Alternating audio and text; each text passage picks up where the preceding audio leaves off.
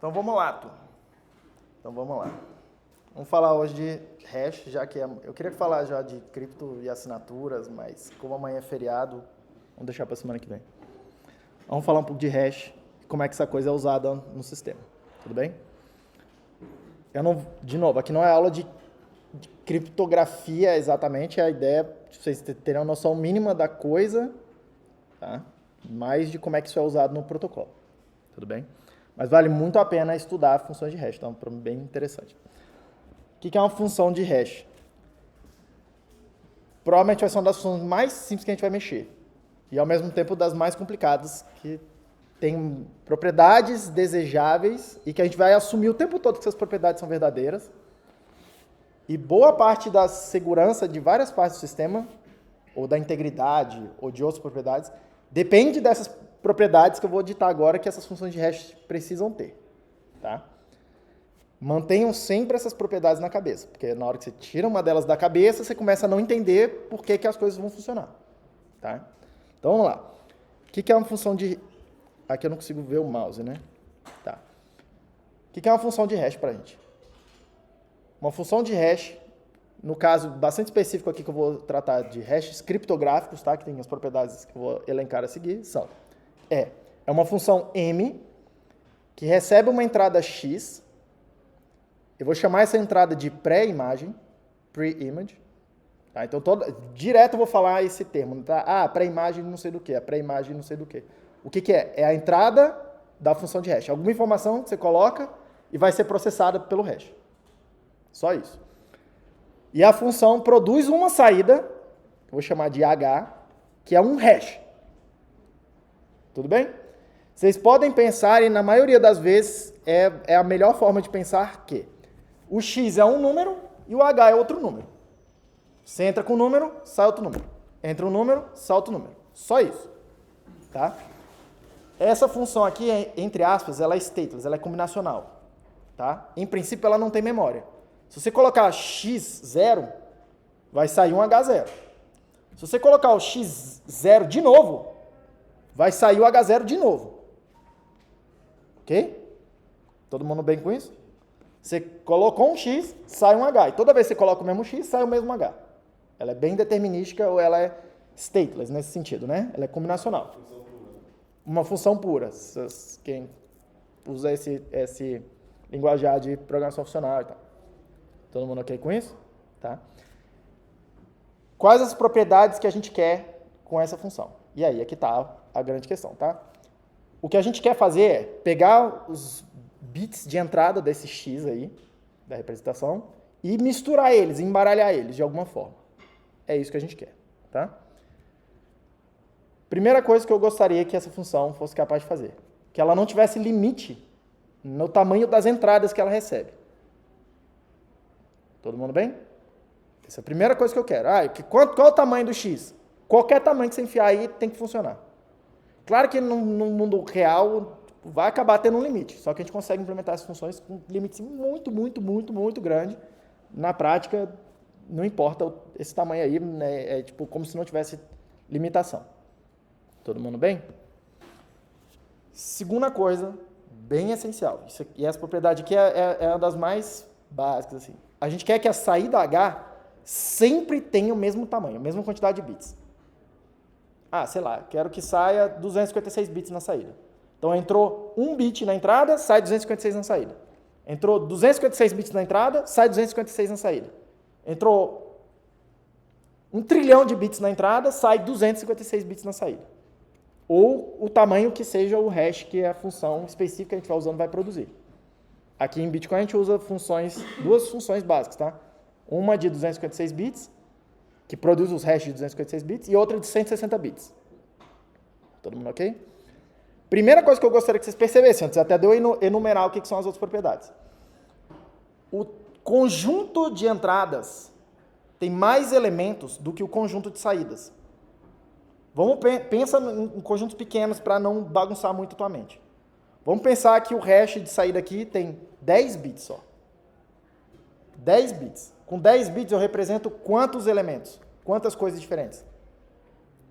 Aula de sistema de tais. 2 elevado a 10, 1024.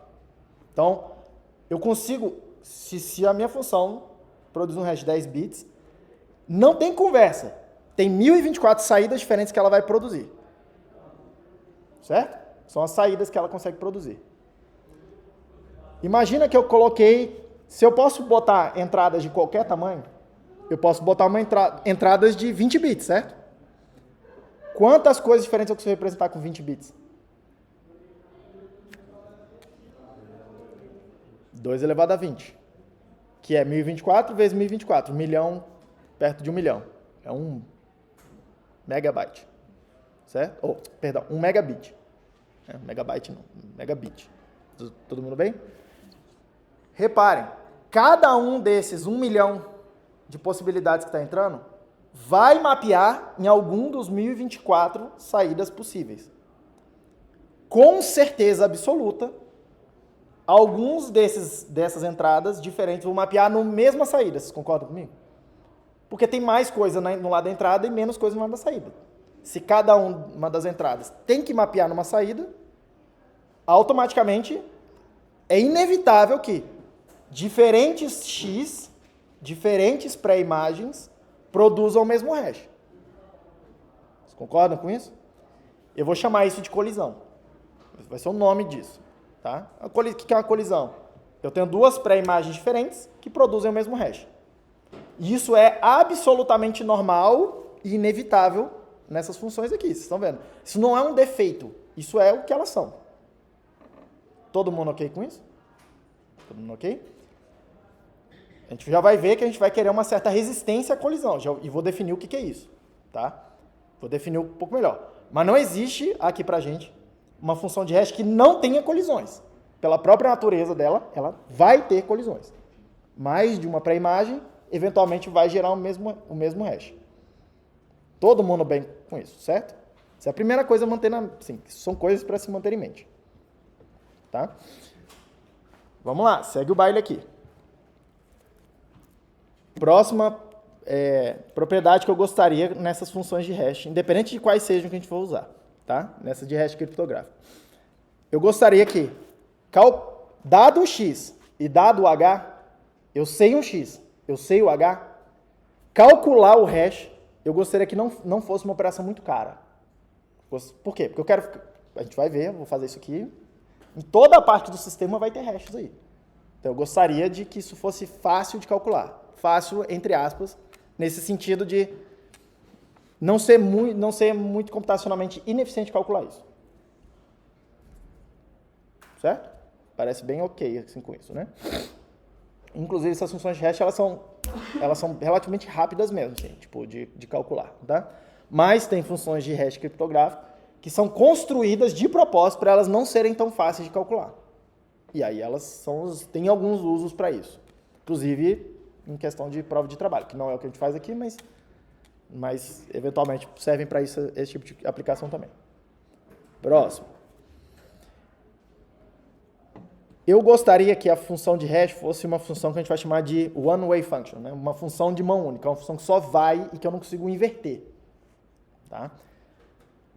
O que eu quero dizer exatamente com isso? Quero dizer que, se eu te der um H1, o hash, estou falando para você, tá aqui um hash, H1, eu gostaria que fosse impraticável você conseguir encontrar a pré-imagem Y que produziu aquele hash H1. Vou repetir. Eu quero que a função de hash, assume que você sempre sabe a função. Se eu te der a pré-imagem, eu gostaria que seja barato calcular o hash. Mas se eu te der o hash e você não sabe qual é a pré-imagem que produziu ele, é para ser muito caro calcular ou de alguma forma descobrir qual é a pré-imagem. Todo mundo ok com isso? Isso aqui é uma das principais propriedades que a gente vai querer, o tempo todo. Tá? Por quê? Porque quer dizer o seguinte, se eu te mostrar o hash, eu estou escondendo, eu estou de alguma forma te dando alguma informação de alguma coisa, mas eu estou escondendo aquela informação. E a gente vai usar isso de maneira a criar determinadas provas de que eu sei de alguma coisa, ou de que alguma coisa existia no passado. ou coisas assim, ou fatos dessa natureza, tá? E essas provas, em boa medida, são baseadas nessa propriedade aqui. Se eu te der a pré-imagem, você consegue calcular rapidinho o hash, a saída. Mas se eu te der a saída e não te der a pré-imagem, é muito difícil calcular ou descobrir qual foi a pré-imagem que produziu aqui. Então, quer dizer que a função... É impossível calcular essa pré-imagem? Não, você sempre pode ficar testando vários y diferentes, até bater um e bater, certo? Vamos fazer, volta aquele exercício aqui, ó, de o hash de 10 bits. Tem 1024 saídas diferentes. Eu peguei uma delas e mostrei para você. E eu te perguntei, qual é a pré-imagem que produziu esse hash específico? 1 entre 1024. O que você pode fazer? Você pode começar a testar. Bota 0, calcula o hash e vê se bateu. Bota 1, calcula o hash e vê se bateu. A gente vai supor que isso vai ser uma das propriedades que a gente quer também. A gente vai suponha que aquelas saídas são igualmente distribuídas, tá? Vamos imaginar que o cenário seja, cada uma daquelas 1024 saídas seja igualmente provável de ser produzida a partir de uma entrada. Aí pergunta, mais ou menos quantas entradas eu tenho que testar para achar a pré-imagem de um hash desses que eu te mostrei? Mais ou menos umas 1024. Claro que isso é probabilístico, né? Pode ser que você tente na primeira e já acertou. Pode ser que você tente 1 milhão de coisas diferentes e ainda não acertou. Mas na média, a gente espera que, porra, se tem 1024 coisas e elas são igualmente distribuídas, cara, eu vou ficar testando aqui com mais ou menos 1024 e uma hora, na média, eu vou acertar aqui uma que vai funcionar. Certo? Todo mundo ok com isso? Você sempre pode fazer esse ataque aí, a gente vai chamar de força bruta. Você sempre pode fazer isso, tá? O que é que vai dificultar você fazer isso? O que significa isso? Aumentar o tamanho do hash. Se em vez de 10 bits eu usar 256 bits, quantas possibilidades diferentes eu tenho lá na saída? 2 a 256. 2 a 256 estima-se que é bem próximo da quantidade de átomos que tem no universo visível. Sim, tá? É pelo menos, eu não sei dizer de onde tirar essa conta, tá? Mas assim, eu repito isso que nem um macaco, que eu já vi isso várias vezes em paper, série, tá?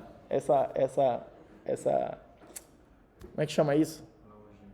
Não é analogia, tipo, essa efeméride, né? Tá? Mas assim, é um número estupidamente grande. Estupidamente grande. Tá? E repare, é um número estupidamente grande, ao mesmo tempo é um número estupidamente pequeno, né? Porque são só 256 bits. Tá? Tipo assim, 256 bits, tá? Aquele pouquinho ali. Só a quantidade de possibilidades de coisas diferentes que aquilo representa é uma quantidade muito, muito, muito grande, muito colossal, astronômica. Todo mundo bem com isso? Mantém isso aqui na mente, tá? A gente sempre vai supor que a função de hash, eu consigo ir, dada a entrada, eu calculo a saída, mas é difícil calcular a volta. Mas eu sempre consigo calcular a volta, e que não é exatamente calcular, né? Tipo, é calcular entre aspas aqui. Eu consigo sempre fazer esse ataque de ficar testando até encontrar. Tá? Só que a ideia é que a gente vai construir hashes de tal forma que, para você encontrar alguma coisa na força bruta, vai precisar testar uma quantidade tão grande de coisas que na prática não vai dar certo. Vai demorar tempo demais. Todo mundo bem? Vamos lá que eu quero mais. Para esses hashes serem considerados criptográficos, eu vou querer agora as próximas propriedades, tá? Primeira delas, a gente vai chamar de resistência fraca à colisão, que é o seguinte. Se eu te der um x1, é uma pré-imagem. Se eu te der um x1, você sabe o hash dela. Porque você sabe, lembra? Sempre aqui a gente está assumindo que você sabe o H ou M, né? A função de hash. Se eu te der um x1, você sabe o hash do x1. Tudo bem? Você já sabe. Está de graça para você estar na sua mão.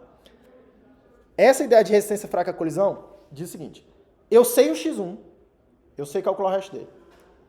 Só que é muito difícil calcular um x2, outra pré-imagem, de tal forma que, uma pré-imagem diferente, de tal forma que ela gera o mesmo hash.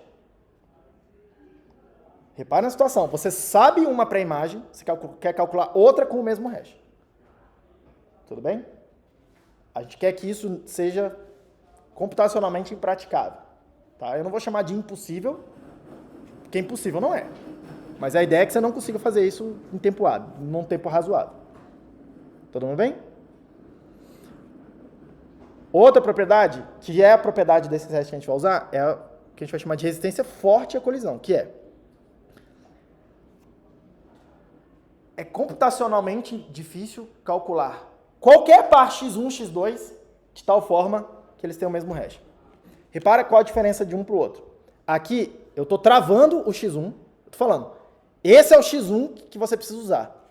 Me dá um x2 que tem o mesmo hash.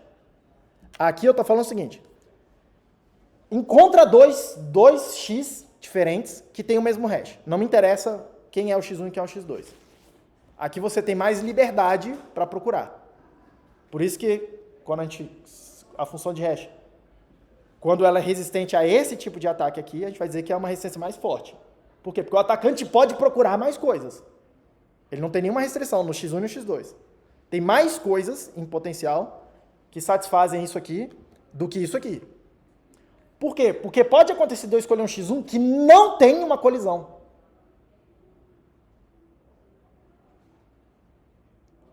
Vou repetir. X1 é uma entrada, tem que mapear numa das saídas. Certo? Mas pode ser que eu construa uma função de tal forma que uma determinada entrada x1, só ela mapeia numa determinada saída, H1. Em geral, a gente não vai fazer isso de propósito, mas isso pode acontecer. Então, se eu der o x1 para você e falar assim, me dá outro x2 que tem o mesmo hash, tá? Pode ser que esse x2 não exista aqui. Aqui eu não estou restringindo isso, aqui eu estou falando. Escolhe 2x aí e os dois têm que dar o mesmo hash. Pergunta, filho, o que você ia perguntar? Em algoritmos de hash na prática existe alguma entrada que gera outra saída? A gente não sabe. A pergunta é uma excelente pergunta.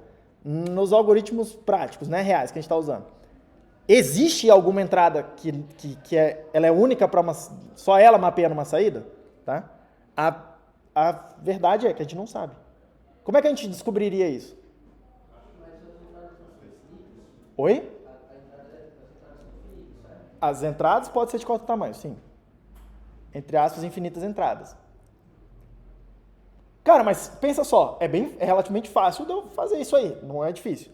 Pensa assim, eu posso escrever uma função de hash, você é programador, é uma função de hash que pega a entrada, aí eu coloco lá um if logo na entrada. Se for zero, é essa saída aqui. Se não for zero, eu calculo um hash. Tá? Eu calculo um outro hash qualquer. Aí eu pego a saída desse hash que eu calculei, comparo com aquele hash que é causado pelo zero. Se for igual, eu falo, não, calcula o hash de novo, até dar diferente. Aí isso é garantido que só o zero mapeia numa determinada saída, não é? Alguma coisa me impede de fazer isso? A gente não faz isso, tá? No mundo real. Mas assim, alguma coisa me impediria de fazer isso? Não. E é uma função muito doida lá. Que eu não vou abrir aqui detalhes delas. Mas, tudo bem? Mas nada... Como é que eu descobriria isso? Ou eu vou analisando a função de hash até eu descobrir, e as pessoas estão fazendo isso há vários anos com as funções mais utilizadas e elas não conseguiram descobrir até agora. É porque elas são construídas para isso ser difícil, para essa análise ser difícil. A outra forma é, vamos sair testando todas as entradas possíveis. Não é como se nas funções práticas as entradas fossem ilimitadas. Elas estão no limite. Só que esse limite é muito grande. Mas ainda assim é finito. Você poderia testar todas as entradas. Tá? Só que aí esbarra naquele problema. Porra, quantas entradas tem? Sei lá, 2 elevado a 2 elevado a 80. Tipo, um troço maior até do que a quantidade de saídas que precisa testar. Entendeu o problema? Tá? Então, assim, na prática, não sabe muito bem. Tem algumas colisões conhecidas, tem algoritmos que são um pouco mais fracos, que se conhece já algumas colisões, ou algumas formas de construir determinadas colisões, e tem algoritmos que são mais fortes, porque a gente não descobriu ainda como é que calcula colisões. Beleza? Próxima propriedade que a gente vai querer. A gente quer que essa função ela pareça ser aleatória. Tá? O que quer dizer isso?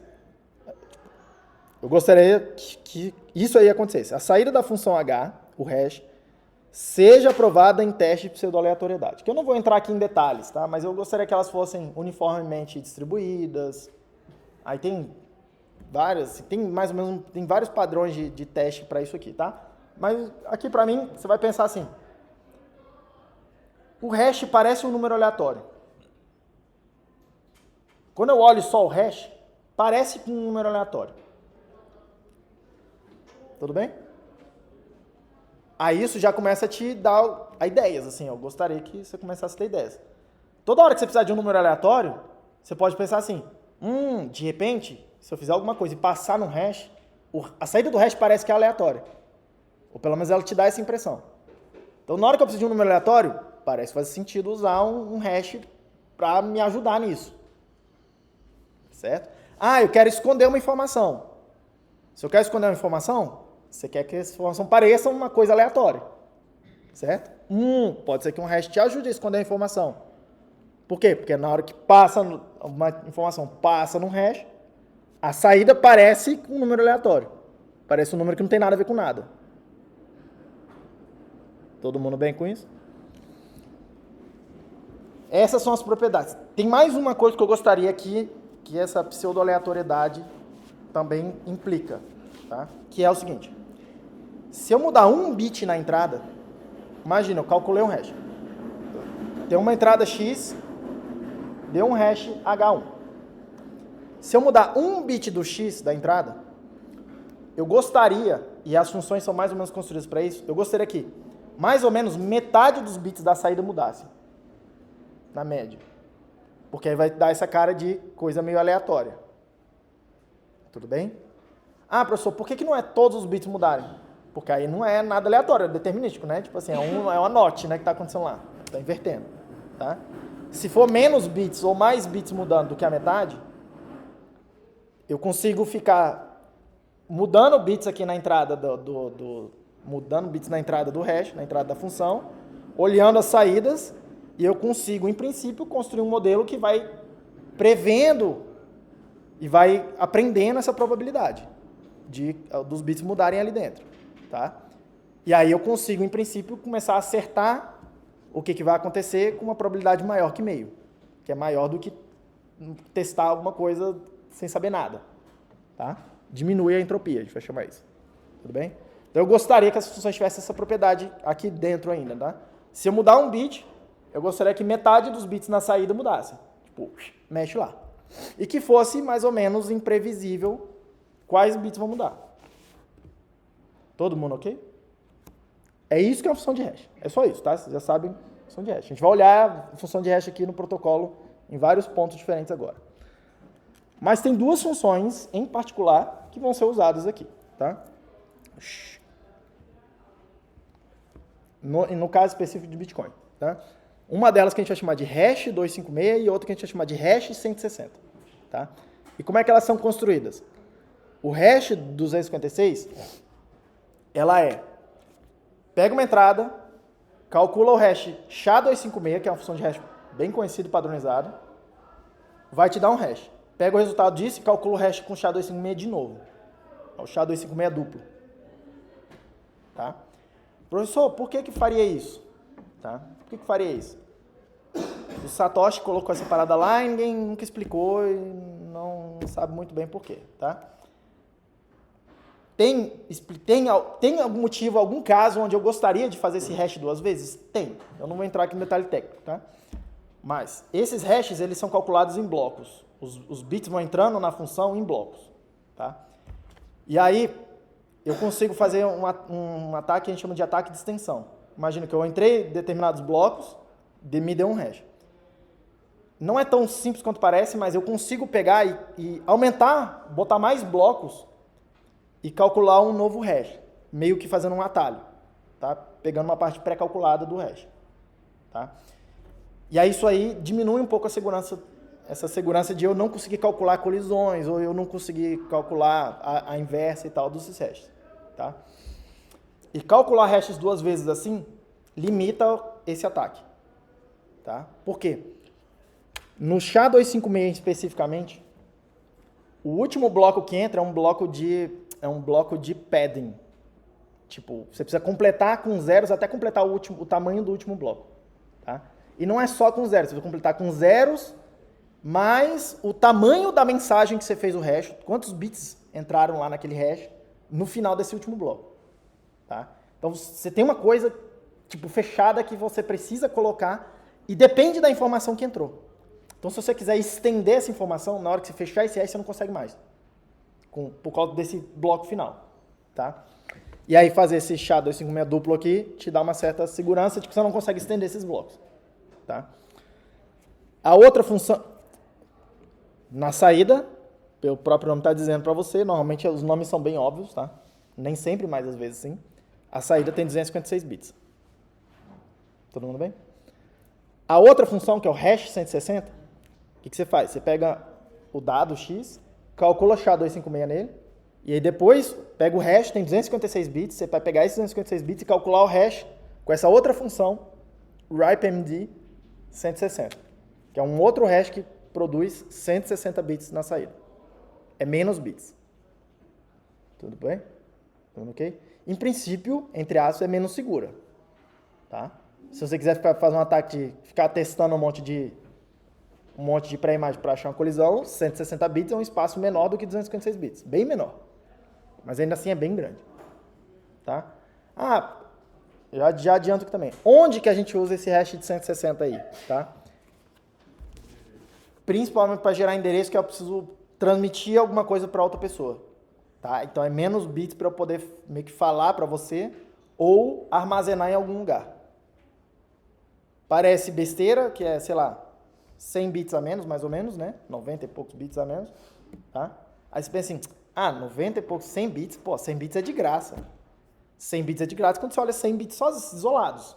Mas quando você está olhando milhares e milhares e milhares e milhares e milhares e milhares e milhares e milhares de transações e pacote, mensagem na rede, um monte de trono, esses 100 bits acumulam rapidinho para uma quantidade considerável. Todo mundo ok? Então, às vezes, vale a pena economizar mesmo. Todo mundo ok com isso, gente?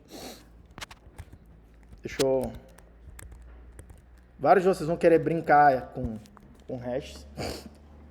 Não é muito difícil brincar com hashes, tá? Vamos calcular alguns hashes aqui só para ter um feeling do que acontece, tá? Esse pacote aqui, OpenSSL, que era a lib que o Satoshi usava lá no início, tá? Tipo, as funções que ele usou, algumas escolhas ele fez porque estavam implementadas aqui. Outras coisas que ele podia ter feito não estavam implementadas aqui, ele não incluiu no sistema. E aí agora algumas coisas a gente está quebrando cabeça para falar, caraca, como é que a gente inclui isso aqui? Tá? A gente vai chegar lá. Ele tem esse comando aqui, ó, digest, que também é o nome desses hashes, tá? Tipo, digest é digerir, né? Tipo, processar, assim, digerir mesmo, tá? Normalmente o pessoal chama também os hashes de digests, tá? Tipo, uma coisa digerida. Não gosto muito desse nome não, mas é o que tem para hoje. Você pode pedir para ele falar assim, calcula o hash com SHA-256. Ele tem vários outros hashes aqui, tá? Que ele entende. No caso aqui. Beleza? Inclusive o RIPE 160 é esse RMD 160 aqui. Opa, perdão. RIPE MD 160 tá aqui. Que é bem curioso porque ele tinha saído da biblioteca e aí numa versão não muito do passado, botaram de volta porque usa no Bitcoin e usa o tempo todo. Tá? Enfim. SHA-256. E aí, em princípio, aqui no OpenSSL, ele espera um arquivo de entrada. Tá? Por exemplo, aqui no meu caso, aqui tem uma imagem que é a foto da capa de um dos livros que está no plano da disciplina. Tá? É uma imagem mesmo, tá? Um JPEG que você pode abrir lá. Deixa eu fazer um -R, porque eu acho mais bonitinho de ver o que está acontecendo. Tá aqui os 256 bits. 256 bits, tá? 256 bits são 32 bytes.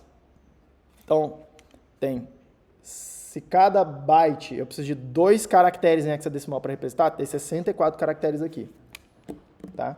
E aí já começa a ir sacando esses números. Toda hora que você vê uma string assim, tipo, parece um troço todo aleatório, sujeira, que tem exatamente 64 caracteres hexadecimal, tem 32 bytes, provavelmente isso aí é um hash desse aí. Provavelmente. Tá? Em vários pontos do sistema, você vai descobrindo as coisas meio que pelo tamanho delas. Todo mundo ok com isso? Tá? Coisas de 32 bytes, tem 256 bits, provavelmente é SHA-256 duplo, né?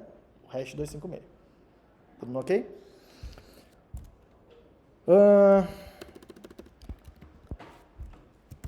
Deixa eu gerar -n.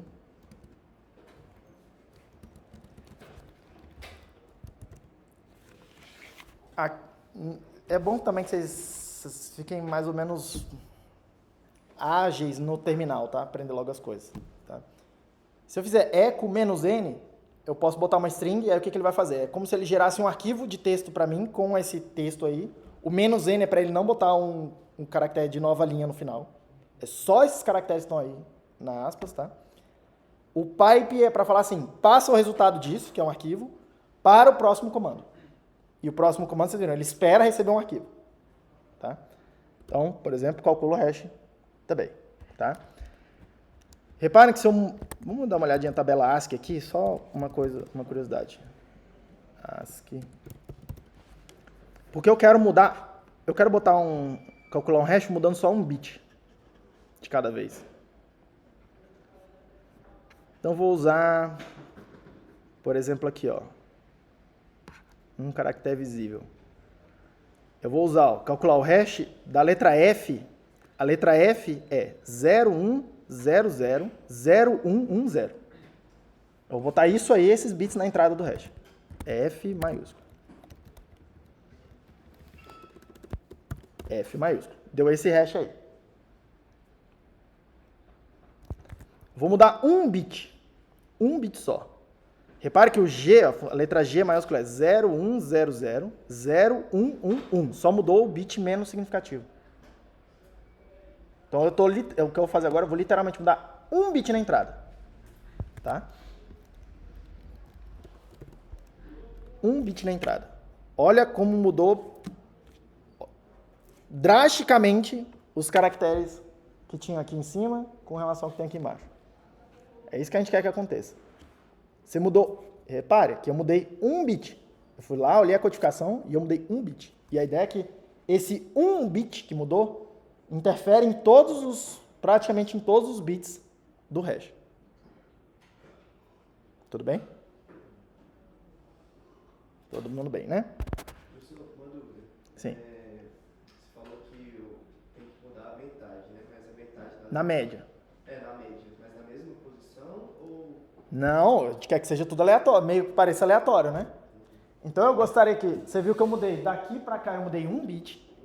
Eu não... Dá pra calcular, e inclusive é um exercício bem interessante. Vou olhar e falar assim, tá bom, pega isso aqui, vê os bits, pega o de baixo e vê quais os bits mudaram. Vê se foi mais ou menos metade. Você vê que é mais ou menos metade. A posição de eles vão mudar. Se eu mudar mais um outro bit, eu gostaria que mudasse mais ou menos metade dos bits em posições diferentes. E qual os bits vão mudar é para ser imprevisível. Só olhando assim eu não consigo descobrir. A ideia é essa.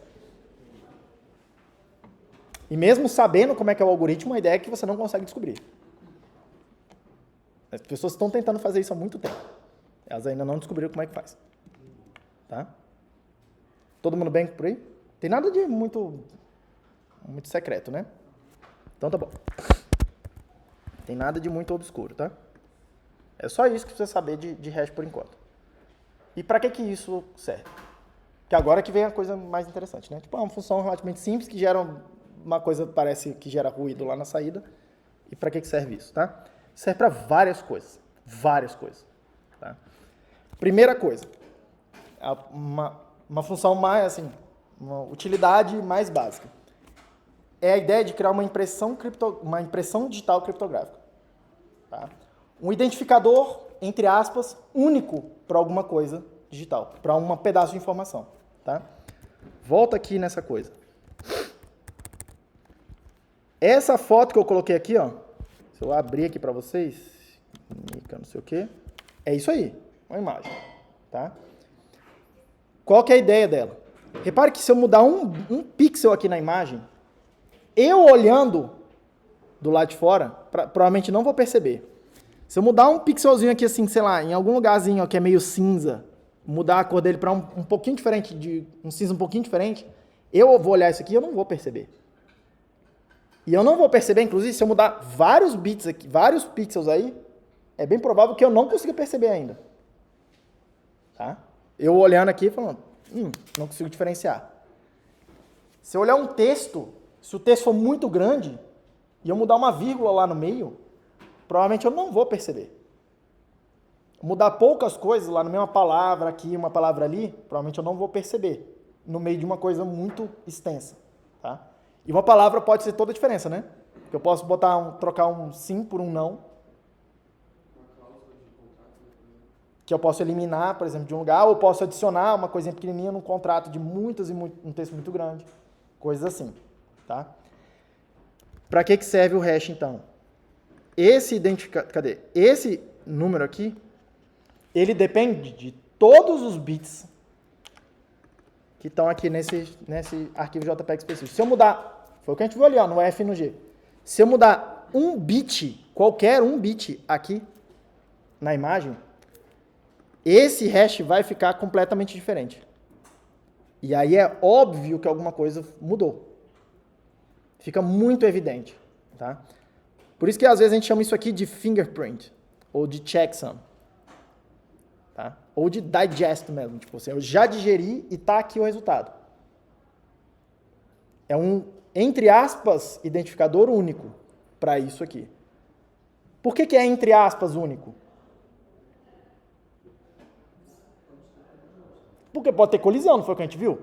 Pode ser que eu consiga produzir outro arquivo diferente que gera esse mesmo hash. Tá? E é natural desses hashes aqui existirem colisões. E tem hashes que isso é relativamente, não vou dizer relativamente fácil, mas assim, é viável construir isso. Você encontra na internet aí programas que fazem isso. Que altera o PDF de tal forma que, tipo, esconde o fingerprint dele. Calculando o que é? Calculando alguma colisão de alguma forma. Ok? Essa é a primeira função, tá? Você garantir uma certa integridade dos dados. De eu falar assim, ó, tá aqui uma informação, tá aqui o hash dela, que eu calculei, guarda aí. Ou então, você transmitir isso. E aí, quem está recebendo isso do lado de lá, pegar a informação, pegar o hash, calcula o hash aqui da informação e vê se bate. Tudo bem? Esse é o princípio por trás de alguns sistemas desses aí de assinatura digital, de autenticação, de integridade. Tá? É você, de alguma forma, claro que você precisa colocar isso em algum protocolo, tá? Para transmitir esses hashes, para calcular esses hashes e tal. Não só me entregar a informação, como me entregar esse digest, esse hash da informação. E aí eu uso isso para verificar o tempo todo de que aquilo eventualmente está certo. Tá? E a ideia aqui, repare, a ideia é de que eu vou distribuir essas duas informações para você por canais diferentes. Então, por exemplo, você baixou um software em algum lugar. Em vez de eu te mandar o hash junto do software, eu publico num jornal, num site, em algum lugar, o hash daquilo. Então, você baixa o software de um lugar, lê o hash em outro lugar, e você consegue localmente calcular o hash do que você recebeu aqui do software. E aí você consegue comparar. Tá? Ah, isso aí é a prova de falhas? Claro que não. Alguém pode ir lá invadir também o negócio e mudar o hash no lugar onde eu publiquei. Certo? Só que repare que aí o ataque fica mais complexo. Eu preciso mudar a informação, eu preciso atacar 2 lugares diferentes. Tá? E vai ficando cada vez mais difícil fazer isso. Todo mundo bem com isso? Essa é a primeira coisa. Outra coisa. Tá? Eu só consigo calcular o hash de alguma coisa se eu tiver a coisa na mão. Não era a primeira propriedade lá, que é primeiro conjunto, one-way function. Se eu te dou o hash de alguma coisa e falo assim, cara, olha só, eu produzi um documento aqui e o hash dele é esse. E eu te dei só o hash, eu não te dei o documento. Você recebeu isso, você sabe quando você recebeu isso. O hash, tá?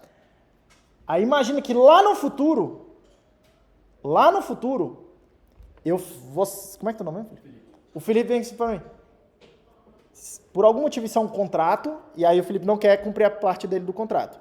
E aí o argumento dele é, não, mas eu nunca vi esse contrato na vida, eu nem sabia que isso existia, mas você tem esse hash na mão. Aí lá na frente, lá no futuro, eu olho e falo assim, cara, você não recebeu um hash tal, assim, assim, assado, esse hash aí? Recebi. Me mostra ele aí. Tá aqui. Aí eu venho e te mostro o documento. Ó, o documento existia. Naquele momento que você recebeu isso aqui, e a gente vai tentar juntar isso com a assinatura digital em algum momento. Naquele momento que você concordou com alguma coisa que esse hash representa, tá aqui o documento. Ó. Não tem como eu ter produzido esse documento depois de ter esse hash aqui. Tá? E aí esse hash serve como uma prova de que aquele documento existia naquele momento. E não podia ter existido antes. Tudo bem? Repare que você começa a olhar e falar assim, isso aí posso usar para fazer coisas. Toda vez que eu precisar provar que uma coisa existiu em algum determinado momento, eu posso usar um hash para isso. Por quê? Porque se eu calcular um hash e publicar esse hash, naquele momento ali que o hash foi publicado, tá? Nunca aquele documento podia ter existido antes. Falei certo? Nunca aquele documento é uma prova de que aquele documento, naquele momento, já existia. E que ele não foi produzido depois de um determinado momento. Tudo bem? Eventualmente a gente vai querer fazer isso aqui no sistema, tá? Por exemplo, eu quero mandar uma transação para algum lugar e de alguma forma eu quero atestar quando que aquilo aconteceu. Isso vai envolver de alguma forma um hash para provar. Ó, isso aqui existia nesse momento. Todo mundo bem com isso? Próxima coisa que eu posso fazer com hashes, tá? Com hashes criptográficos. Eu posso esconder informação, tá? E é isso que eu quero mostrar aqui para vocês de como é que isso aqui acontece no sistema. Porque olha só, no sistema, a gente chama o sistema no Bitcoin mesmo, tá? De vez algumas coisas a gente vai querer... Deixa eu melhorar. Em alguns momentos é importante eu esconder alguma informação, para proteger essa informação. Tá? Como é que eu escondo a informação com um hash? Eu calculo o hash e mostro só o hash, em vez de mostrar a informação, em vez de mostrar para a imagem. Tá? Aí eu, entre aspas, tenho um problema, que é, mas como é que eu provo que eu sabia a tal informação quando isso for necessário? Eu vou lá e mostro para a imagem que produz aquele hash. Isso é uma prova unívoca, né? De que eu tinha informação na hora que aquele hash foi produzido. Porque a gente está assumindo que, dado o hash, eu não consigo calcular a pré-imagem. Para calcular o hash, eu preciso ter a pré-imagem antes. A gente está assumindo isso. Então, se eu fui lá e publiquei um determinado hash, eu estou falando para todo mundo, eu conheço uma certa informação, mas eu não vou mostrar para ninguém. E aí, na hora que houver vamos chamar assim, uma disputa, que não é exatamente uma disputa, mas na hora que acontecer vou chamar aqui de disputa, que é alguém pedir para eu provar que eu, de fato, sabia a informação que produz aquele hash, eu mostro a informação, tá aqui, ó.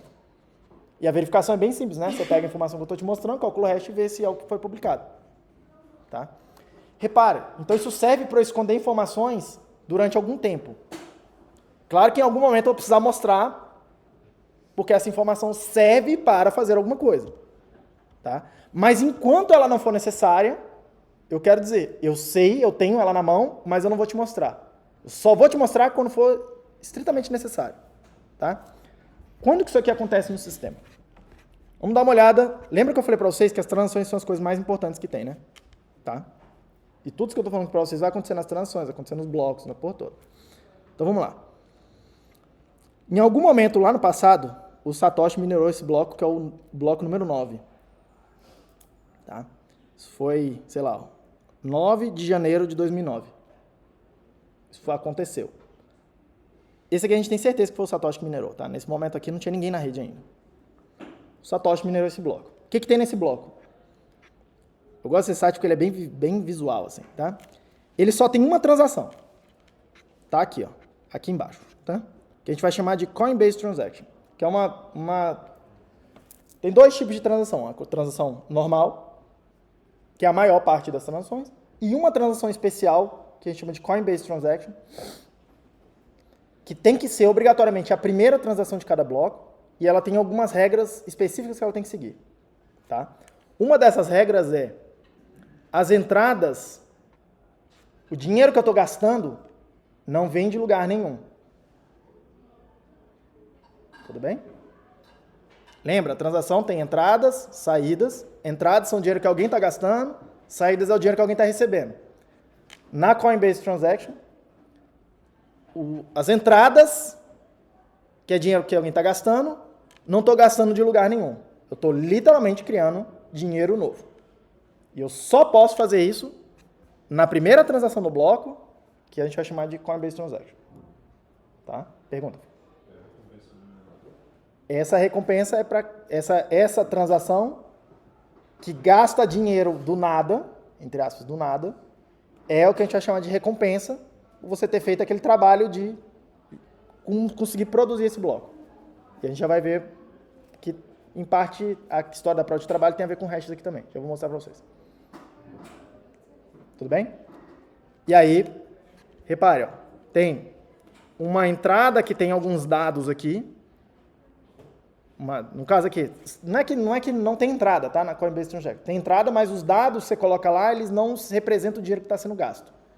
São metadados que precisam ser colocados ali de alguma forma. E aí a regra foi mudando ao longo do tempo quais metadados tem que ter aqui. E tem uma saída, tá? Tem uma saída.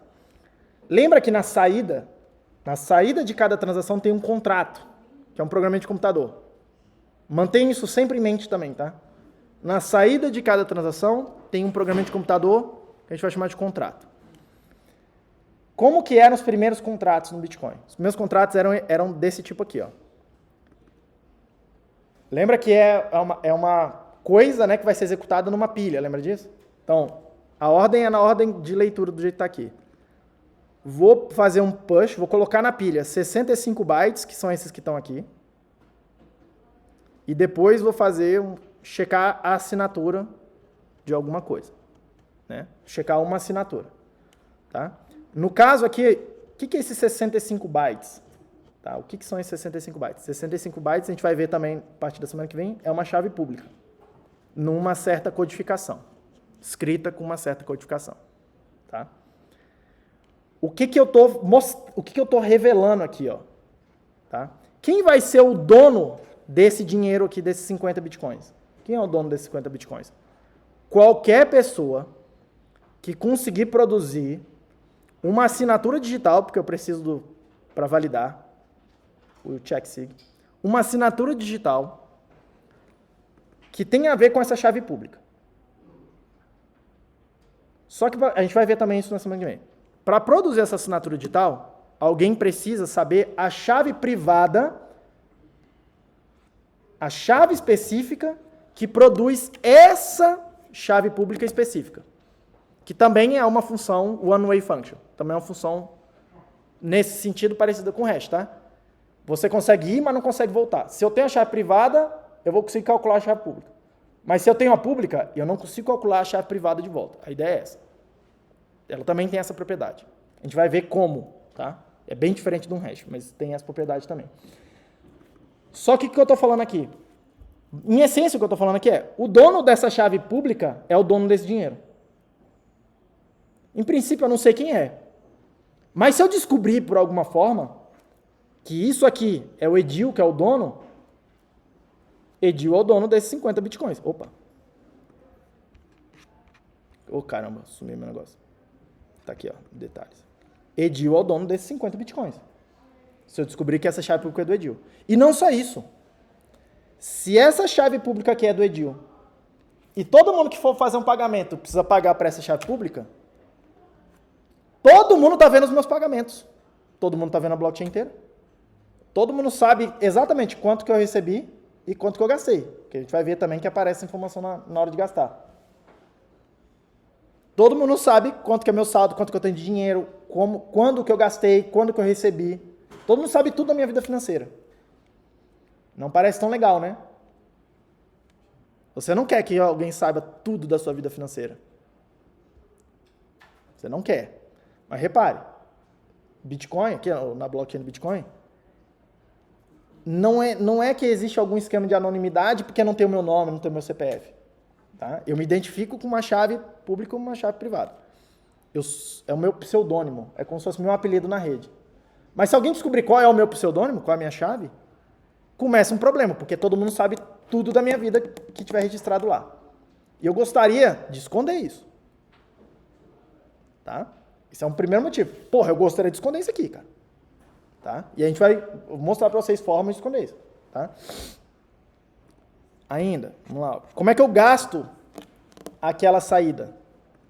Lembra? Tem uma saída aqui, que a gente chamou de UTXO. É uma saída não gasta. Tá? Ela serve para quê? Serve para gastar. Serve para usar como entrada de uma transação. A transação é essa daqui. Tá? Entrou aquela saída lá e produziu duas novas saídas. Essa aqui em particular está no bloco 170, que é a primeira transação de Bitcoin conhecida. Aliás, é a primeira transação de Bitcoin que aconteceu de fato, tá? A gente sabe, inclusive, quem foi. É o Satoshi mandando 10 Bitcoins para um cara chamado Hal Finney, que foi o primeiro cara que começou a participar do sistema e tal. Isso é história conhecida. Tudo bem? E aí, como é que é o contrato para gastar isso? Push bytes. É o que está escrito aqui, ó. Push bytes. Estou puxando, colocando na pilha 71 bytes. O que é esse 71 bytes? Uma assinatura. A assinatura, que corresponde a uma certa chave pública lá, que estava no outro lado do script, que está aqui embaixo, né, ó, copiado, tá? Que na hora que eu juntar a assinatura, a chave pública e a transação, os dados da transação, que são a mensagem que foi assinada, a gente consegue verificar essa assinatura, validar essa assinatura. A gente vai ver como é que funciona isso aí em detalhe na semana que vem. Todo mundo ok? Beleza. Esse aqui é o primeiro tipo de transação, o primeiro tipo de contrato, tá? Que aconteceu na rede. A gente chama isso aqui de Pay to Public Key. Paga alguma coisa para uma chave pública. O pagamento é feito para uma chave pública. Pay to Public Key. P2PK. Tudo bem? Qual o problema disso aqui? Primeiro tem esse problema de privacidade aqui. Se alguém descobrir minha chave pública, descobriu tudo sobre mim. Mas tem um outro problema aqui, que é o seguinte. Se alguém quebrar essa relação se alguém descobrir uma forma de, dada a chave pública, calcular a chave privada, alguém virou o dono desse dinheiro. Que não deveria ser. Então, se alguém quebrar o algoritmo de assinatura aqui, de curva elíptica, que a gente vai ver como é que é, em algum momento no futuro, esse contrato aqui, ó, já era. Ele não te protege contra nada. Por quê? Porque alguém está vendo já a chave pública. Vamos imaginar que ele consegue calcular a chave privada, quer dizer que ele consegue assinar, ele vai lá, gera uma transação que gasta isso aqui no seu lugar. Sim. Passando um pouco, mas o que fica na rede não é aquela public key hash, que é a que passa pelo 160? Você está vendo, não, calma, você está vendo aqui as pub keys aqui direto, esse aqui é uma pub key. Já é a public key mesmo da pessoa? É isso aí, é assim que o sistema começou. Tudo bem? No começo do sistema era assim, né? Isso aqui ainda é compatível, se você quiser fazer isso aqui, ainda vale. Porque no Grok ele já passa aqui, pega a public key e passa pelo... Isso que a gente vai ver agora. Tá? Porque isso aqui tem problemas, tá? Por quê? Qual é o problema? Problema de privacidade. Vocês vão ver que só o hash não resolve esse problema de privacidade ainda. Precisa fazer mais coisa. Mas tem um outro problema que é mais sério, que é o seguinte. Se alguém quebrar o algoritmo de assinatura digital aqui, nesse sentido de a curva elíptica, se eu te der a chave pública e alguém conseguir, a partir dela, calcular a chave privada, já era. Porque essa pessoa vai lá, escaneia a blockchain, vê todos os fundos que aquela chave pública é dona, cria uma transação gastando todo aquilo lá. E ele consegue assinar porque agora ele tem a chave privada. O que seria interessante? Seria interessante eu esconder essa chave pública. Seria bem interessante esconder essa chave pública. E eu só revelo a chave pública na hora que for estritamente necessário. Por quê? Porque se alguém souber quebrar a curva elíptica, ainda assim ele não sabe qual a chave pública atacar. Se eu usar um hash para isso, ele precisa quebrar duas coisas difíceis agora. Precisa quebrar a curva elíptica, que a gente vai ver como funciona na semana que vem, e a função de hash, que está escondendo a informação. Tudo bem? Então aumenta muito a segurança do sistema nesse aspecto. Tá? Por isso que muita gente fala, criptografia quântica, não sei o que quântico vai quebrar. Calma, gente, calma, não é bem assim, sacou? Porque o bicho, eventualmente, ele precisa quebrar a curva elíptica? Sim. Tem algoritmo para isso? Tem. Quântico? Tem. Só que não se sabe ainda como quebrar esses hashes que a gente vai usar aqui com o computador quântico. Então calma, não é assim o fim do mundo, tá? Essa história de coisa quântica. Tem que fazer alguma coisa a respeito? Tem, mas calma, tá? Beleza. Isso foram as primeiras tipos de transações, tá? Em algum momento a gente passou a fazer transações diferentes. Esse tipo de contrato aqui, tá? Esse tipo de contrato, que foi durante um tempo. Repare que no início da rede, o contrato mais comum era aquele lá, P2PK. Em algum momento, o contrato mais comum passou a ser este aqui, que é o Pay to Public Key Hash. Tá? Em vez de pagar para uma pub key, eu vou pagar para o hash de uma pub key. PKH. Tá? Olha o contrato aqui. Tem uma transação, essa daqui, que está no bloco 210 mil. É isso? Não me lembro de onde peguei, acho que foi... não me lembro. Por aí, foi lá pelo bloco 210 mil, tá? Mais ou menos uns 4 anos depois com a rede, tinha uns 4 anos. Eu peguei meio que aleatório, tá? Não tem nada especial nessa aqui, não.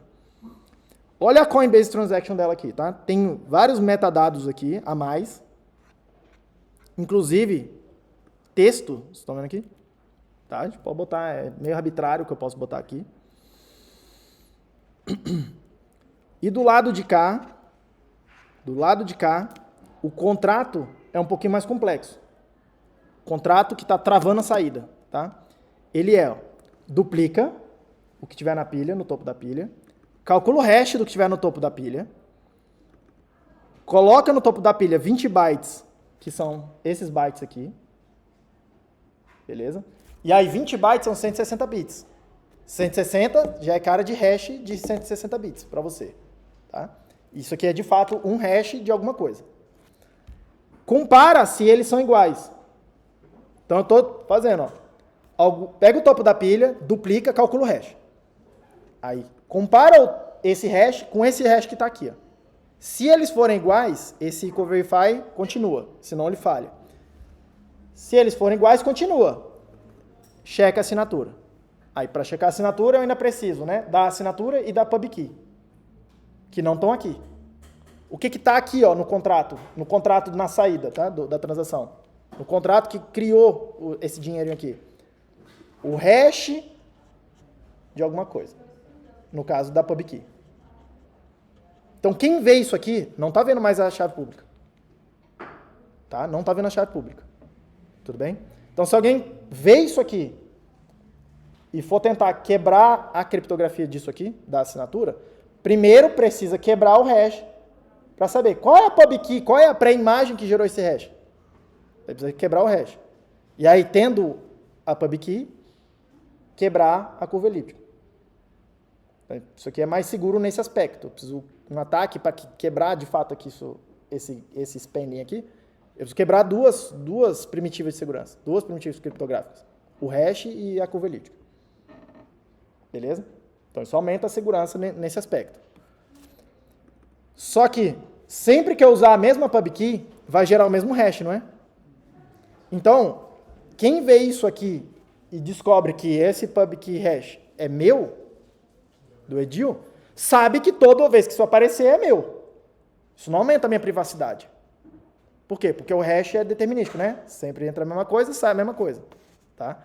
Para aumentar a minha privacidade aqui, eu preciso fazer outra coisa. Eu preciso criar novas pub keys o tempo todo. A gente vai ver também como é que faz isso. Tá? E como é que gasta isso aqui? Tá? Como é que gasta esse dinheirinho aqui? Tá aqui a transação que gastou ele. É uma transação bem mais complicada. Inclusive, eu acho bem bonita essa daqui. Compartilha com a gente, filho. Não, é porque eu já estava comentando que eu queria fazer isso no negócio da empresa Júnior. Isso o quê? De entradas e saídas do time, o que foi para cada coisa e tal. Esse modelo aí, essa Fica bem legal, né? transação. Fica bonito. essa entrada aqui está gastando aquela saída que a gente acabou de ver. O que tem lá no contrato? Coloca na pilha 72 bytes, que são esses que estão aqui, que é uma assinatura digital. A gente já vai ver, tá? A assinatura aqui, nesse formato de assinatura, tem mais ou menos aí por volta de 70 bytes. Tá? Um pouco mais, um pouco menos.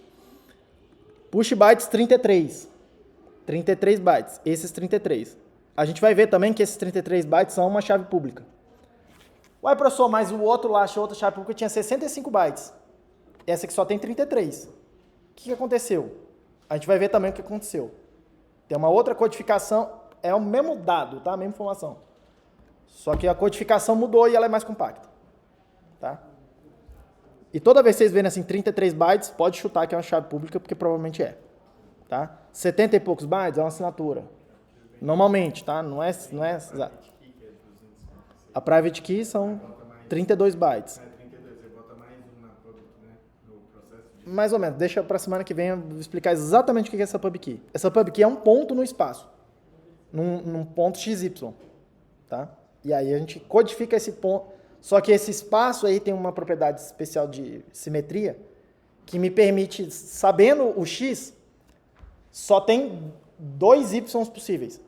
É um ponto XY, tá? Sabendo X, só tem 2 Y possíveis. Para duas possibilidades, só preciso de um bit. Entendeu? Não preciso de mais tantos trocentos bits. Tá? Aí a gente usa essa propriedade de uma forma mais inteligente. Todo mundo bem com isso? Esse aqui é o contrato que a gente chama Pay to Public Key Hash. Em vez de pagar direto na pub key, eu pago por um hash de uma pub key. Só que repare uma coisa, a gente vai ver mais detalhes na semana que vem, que é, para eu verificar a assinatura digital, eu tenho que saber a pub key. Tá? A gente não viu ainda como é que é a assinatura digital, mas eu preciso de 3 coisas para fazer a validação da assinatura, que são a mensagem que foi assinada, no caso aqui é a transação, então eu estou vendo a transação. Eu preciso da assinatura, aqui no caso, ó, a assinatura está aqui, fornecido por quem assinou. No caso, por quem está tentando gastar o dinheiro. E eu preciso da pub key, da chave pública que está ligada àquela assinatura. Tá? No primeiro contrato que a gente viu, a pub key já estava lá no contrato. Então, na hora de quem estiver assinando para gastar, não precisa mais falar, a pub key é essa, porque já estava no contrato. Já estava no script. Aqui, na hora de gastar essa coisa, na hora de fazer o script, a pub key não está aqui. Então, na hora que alguém for tentar gastar, ele precisa mostrar a pub key. Olha aqui, ó. Tá aqui a pub key. Tudo bem? E alguém consegue verificar que essa pessoa que está produzindo essa assinatura sabe essa pub key. Por quê? Porque ele vai, tá vendo aqui, ó, hash 160, ele vai pegar a pub key que o cara colocou na pilha, duplica e calcula o hash. Aí ele compara com o hash que está no contrato. Se der igual, quer dizer que, porra, aquela pessoa é quem produziu aquele hash ali. É uma prova, você mostrando a pub key na hora. Todo mundo bem? Ah, professor, mas aí ele mostrou a pub key, se quebrar a curva elíptica, ele vai conseguir gastar o negócio na tua frente. Não necessariamente, tá? Porque, em princípio, eu vou... Repara, eu mostrei a minha pub key agora, né? Eu mostrei minha pub key aqui. E aí eu vou propagar isso na rede. Se alguém estiver tentando atacar e gastar a coisa no meu lugar, quanto tempo ele tem para fazer esse ataque? Essa é uma pergunta relevante. Porque pode ser que ele consiga calcular, de fato, a minha private key, mas isso demora um tempo. Quanto tempo ele tem aqui, nesse caso? Tá? Mais ou menos 10 minutos. Que é mais ou menos o tempo disso aqui entrar no bloco. E uma vez que entrou no bloco, tá gasto, acabou. O cara não vai conseguir fazer o double spend mais. Tá? E aí já era. Então, repara, isso aqui diminui muito o tempo que o atacante tem para, de fato, fazer esse ataque. Tá? Esse ataque aqui. Diga. Existe alguma restrição de quantos blocos tem que haver depois dessa Coinbase Transaction ser recebida? Tem uma regra especial que na Coinbase Transaction, a Coinbase Transaction gera saídas, certo? É dinheiro novo. Esse dinheiro tem uma regra específica que é, ele precisa maturar por 100 blocos. Quer dizer que qualquer transação que tente gastar ela só pode gastar ela 100 blocos depois que aquela transação foi construída, a Coinbase Transaction. Tá? Mas é uma regra de consenso, isso não está meio que escrito em lugar nenhum. Assim. Mas a coisa verifica. Tá? Eu tinha feito naquela outra lá, o cara recebendo.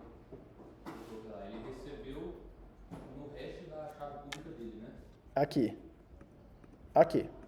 Isso.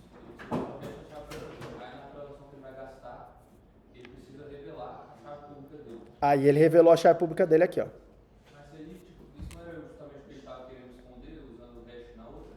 Aí agora a pessoa sabe que aquele hash é essa chave pública. Ele precisa mostrar a chave pública de qualquer jeito para poder verificar a assinatura. Para quem estiver verificando a assinatura, não consegue verificar se não tiver a chave pública. A gente vai ver. Então, se você não me mostrar a sua chave pública, eu nunca consigo verificar a sua assinatura. Em algum momento eu preciso mostrar a minha chave pública. Então, repare, isso aqui aumenta a segurança em qual sentido? No sentido de que, se alguém souber quebrar a curva elíptica, tá?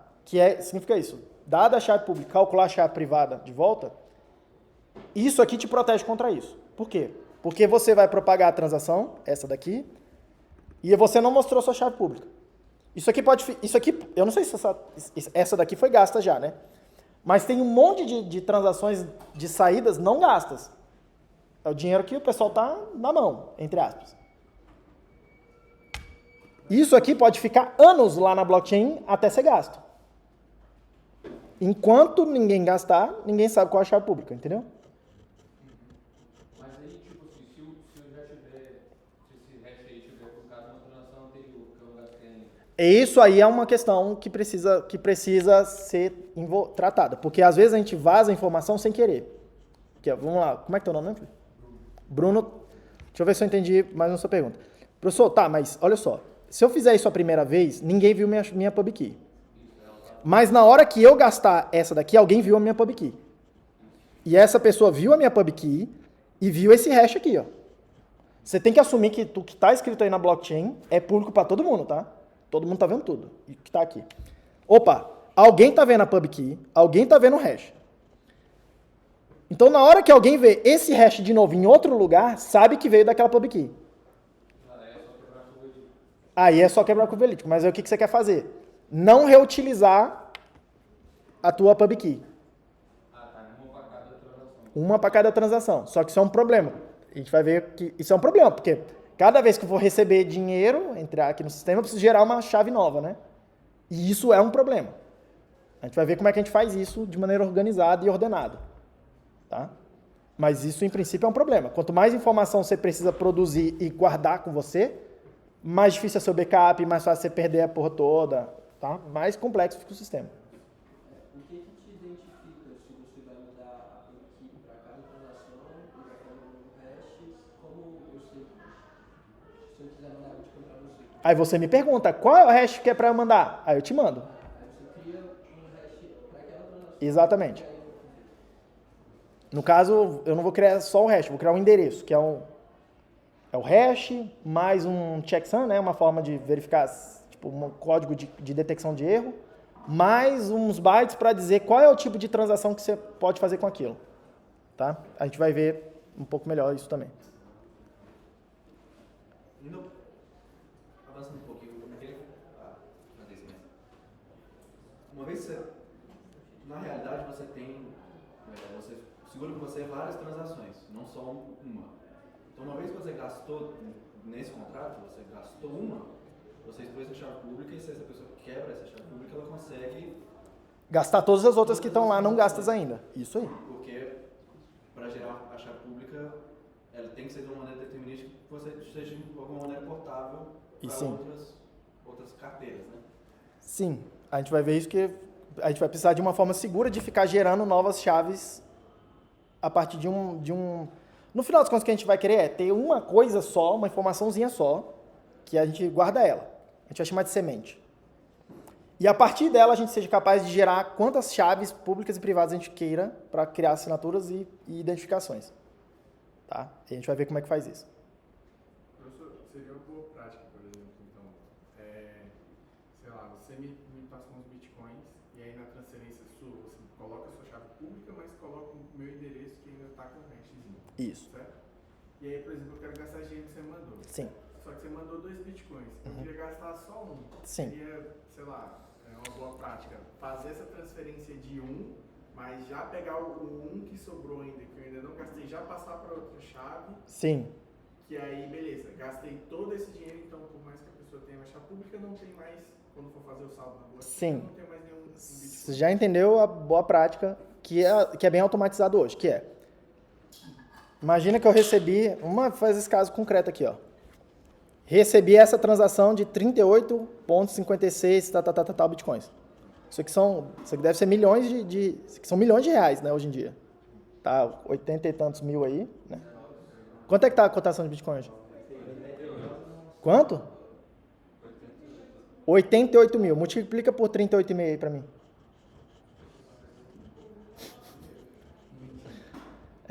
Tá certo que isso aqui, essa daqui em específica foi em 2012. Isso aqui valia um amendoim.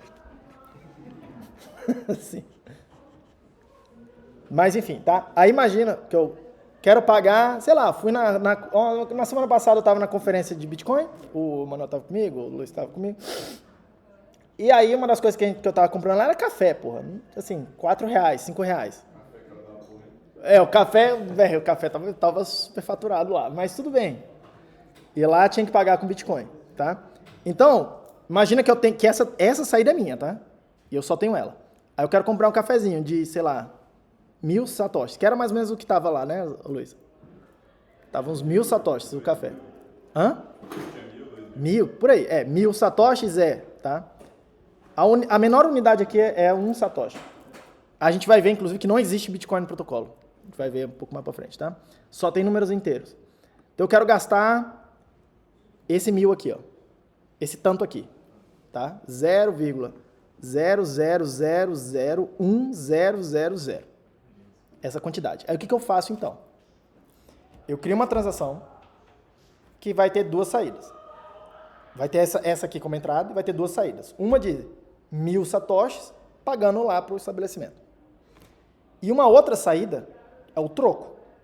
Isso aí, o troco que sobrar dessa diferença eu quero mandar para mim mesmo. Aí a minha carteira já faz isso automático. Ela gera uma chave nova, gera um endereço novo para mim, um hash novo desse aqui. Lá na transação, coloca esse endereço novo e ela sabe que aquele endereço é dela mesma. Sou eu que controlo. Entendeu? A tua carteira precisa gerenciar isso. Já é bem automático isso. Sacou? Mas no começo não era bem automático não, tinha que fazer no braço. E cada transação dessa já a sua carteira vai fazer essa boa prática para você tem que pagar a gorjeta lá, a FII não tem nada a ver com a tua wallet, tá? A taxa tem a ver com a preferência na hora de entrar no bloco para minerar. A carteira também, a carteira ela gerencia essas chaves, gera as transações. A tua carteira, ela vai lá, estima quanto que deveria ser essa taxa e já faz essa conta para você da diferença e na hora de fazer o troco ela já desconta um pouquinho e esse pouquinho que vai sobrar fica como taxa. Tudo bem? Isso na hora de usar, tá? Eu tô falando, mas tipo assim, vocês não estão aqui para ser usuário da wallet. Vocês estão aqui para fazer a wallet. Para fazer o sistema que vai rodar lá no sistema de pagamentos do banco. Sei lá que banco. Entendeu? Não tem esse sistema pronto. Você precisa saber que, porra, o meu sistema precisa gerenciar isso. Precisa gerar chaves novas o tempo todo. São as coisas básicas ainda. Mas são as coisas básicas que são muito, muito específicas para esse sistema aqui. Diga. Não, era isso mesmo porque eu pensei. Então, quando eu for fazer o pagamento de 1.000 satoshis, por exemplo, eu vou ter que pagar 2 taxas, né? Porque como você vai fazendo 2 transações. Não. Não é 2 taxas. A transação inteira, essa transação inteira aqui, paga uma taxa só. Se ela tem 10 entradas, se ela tem 10 saídas ou uma saída, não é o número de saídas que influencia a taxa. Tá? O que influencia a taxa? É o tamanho da transação final em bytes. Porque isso aqui vai virar, ó. Cadê a serialização desse troço? Cadê a serialização desse troço? Aqui, ó. Tá, ó. Essa transação aqui, tá? Ela vai virar, em alguma hora aparece aí, ela vai virar isso aí, ó. É isso aí que vai ser propagado na rede. São esses bits aí. São esses bytes aí. Se a tua transação tem mais bytes, aí você precisa colocar mais taxa, entendeu? Se ela é menorzinha, ocupa menos bytes na hora de ser propagada e entrar no bloco, porque é esses bytes aí que vão entrar no bloco, vão ser escritos em algum lugar. Vão ser registrados, entendeu? É a quantidade de bytes que você paga pela quantidade de bytes. Eu estava pensando na transação como se fosse exclusivamente a transação 1 para 1. Mas Não é isso. Você paga pela quantidade de bytes aqui no final. Claro que se tem 10 saídas, tem mais informação que você precisa colocar, vai ficar maior isso aqui, vai pagar mais taxa.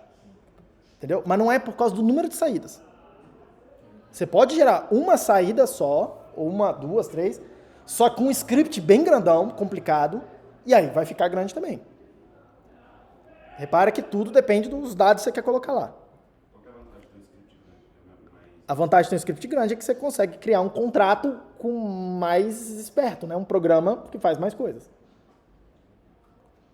Por exemplo, aqui, ó, esse programa que a gente está vendo, ele só faz uma coisa. Qual a coisa que ele faz? Recebe uma pub key, checa se a pub key bate com aquele hash. Recebe uma assinatura, checa se aquela assinatura valida essa transação. Ele só faz essas duas coisas. Aquelas primeiras transações que a gente viu, eles fazem menos coisa, só faz uma coisa, que é recebe uma assinatura e vê se a assinatura valida com essa transação.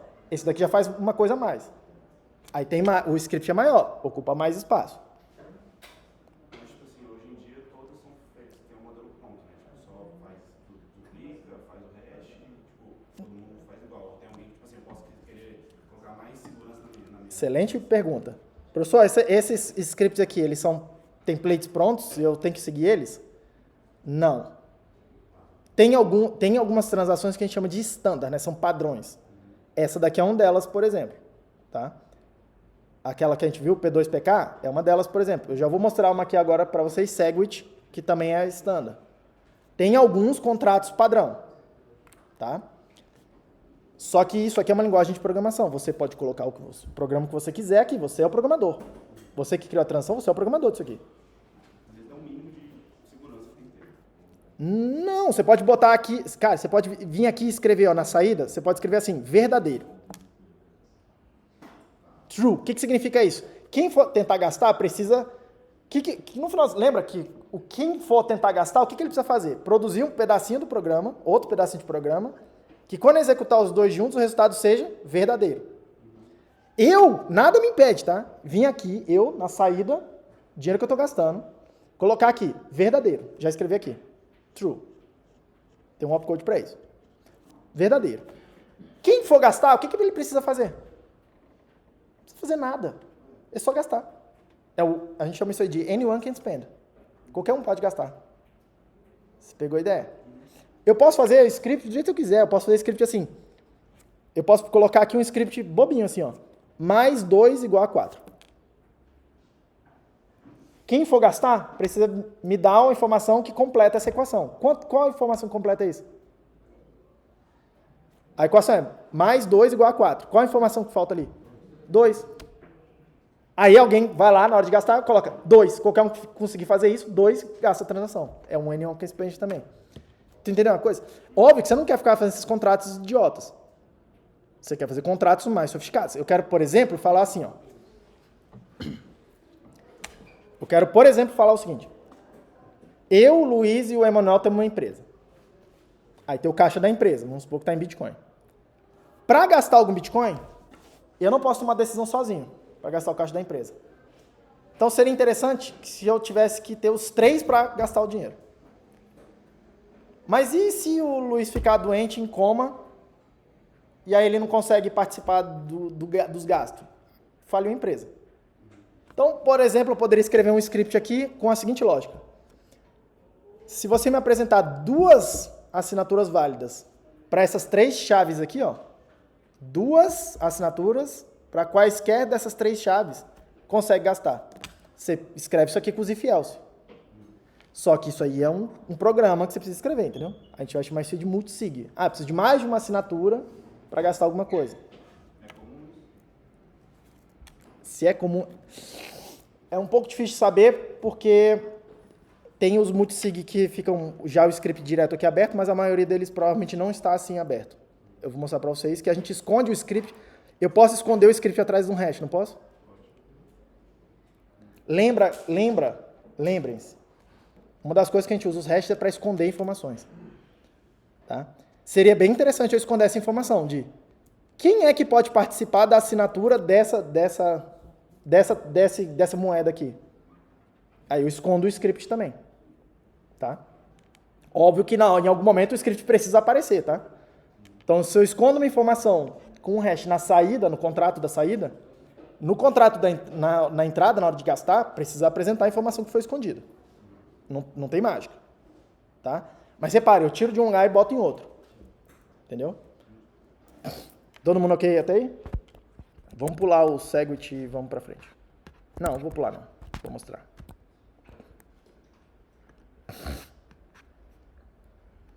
Vamos lá. Até porque vocês vão precisar para fazer coisas na próxima. Em 2017, aconteceu um outro upgrade. Inclusive é legal de ver essa história aí, tá? Aconteceu outro upgrade que chama Segwit. É um upgrade bem abrangente que mudou várias partes do sistema, tá? Entre eles, adicionou um campo, entre aspas, adicionou um campo novo, a gente vai mais detalhe, tá? Um campo novo na transação que a gente chama de witness, tá? Então, as entradas e as saídas agora têm esse campo da witness. São campos para dados, tá? E aí, qual que é a ideia? Qual que é a ideia? Determinadas transações, aquelas duas que a gente viu lá, pay to pub key hash, pay to pub key, tá? Elas vão ter um equivalente diferente agora nesse formato do Segwit, tá? Que é, na hora que eu vejo esse padrão aqui, específico, tá? O software, na hora de validar, ele vai olhar e falar assim, essa transação é Segwit, a gente vai ver como é que ele sabe isso, tem uns bits para indicar. Ele começa a executar o script, ele vê que o script está nesse formatinho específico aqui, tá? Aí ele, é um if else lá dentro, ele muda para uma regra que valida diferente. E o que é mudar nessa regra? De onde vêm os dados, tá? É isso que vai mudar. Repara que, ó, na witness tem uma coisa que parece uma assinatura, 70 e poucos bytes. Tem uma outra coisa que parece uma pub key, 30 e poucos bytes. Tá? Professor, como é que você sabe que é uma pub key? Porque antes, no outro lado, estava meio mais fácil de ver. Cara, toda vez que começar com 02, 03, 04, é cara de pub key. Na semana que vem a gente vai ver por quê. Tá? Tem uma pub key, tem uma assinatura aqui. Tá? E o script da entrada só tem esses dados aqui, ó, que tem uma cara de hash também. Tá vendo? Tem uma cara de hash de 160 bits. Não tem mais o programinha de computador inteiro. A gente separou onde é que estão, tirou os dados do programinha de computador e colocou em outro lugar. Tá? Professor, por que você faz isso? Por que fizeram isso? Tá? Em parte, por quê? Porque essa informação aqui, ó, ela só é necessária uma vez, que é na hora que eu recebo uma transação e vou validar. Depois que a transação está validada, eu posso jogar fora essa informação aqui. Tá? Eu não preciso mais dela para gerenciar o estado dos donos da rede. Porque o estado dos donos da rede eu só preciso desse script aqui, ó. O script da UTXO, do lado da saída. No lado da entrada, eu uso para validar, validei, acabou, não preciso mais daqueles dados. Isso quer dizer o seguinte, isso não necessariamente é feito, mas esse dado aqui, ó, ele não precisa ser armazenado nos nós. Os nós hoje armazenam, mas ele não precisa armazenar.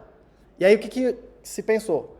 Vamos pegar os dados que não precisam de armazenamento de longo prazo e vamos dar um desconto para eles. Um desconto na hora de calcular a taxa.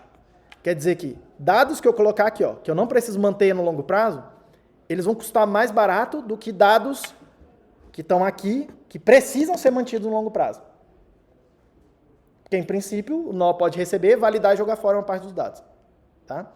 E aí, em parte, essa é a regra do Segwit. O que tiver na witness tem um desconto na hora de calcular a taxa. Tá? E aí, qual é a regra? Um byte que tiver na witness conta 1. Conta como se fosse 1 byte. Um byte que estiver fora da witness, um byte que estiver aqui, conta como 4. E a gente vai chamar isso aí de bytes virtuais. Tá? E esses bytes virtuais é essa conta toda aí vai ser o peso da transação nesses bytes virtuais. Tudo bem? E aí hoje a taxa é calculada em cima desses V-bytes. Tanto que é o que está escrito aqui em algum lugar aqui, ó. A taxa que essa transação pagou foi 6,35 satoshis por V-byte. O que é o V-byte? É essa conta de cada um dos bytes. Os bytes que estão na witness, nesse campo especial, conta um byte, um V-byte, e os que estiver fora da witness contam 4 V-bytes. Beleza?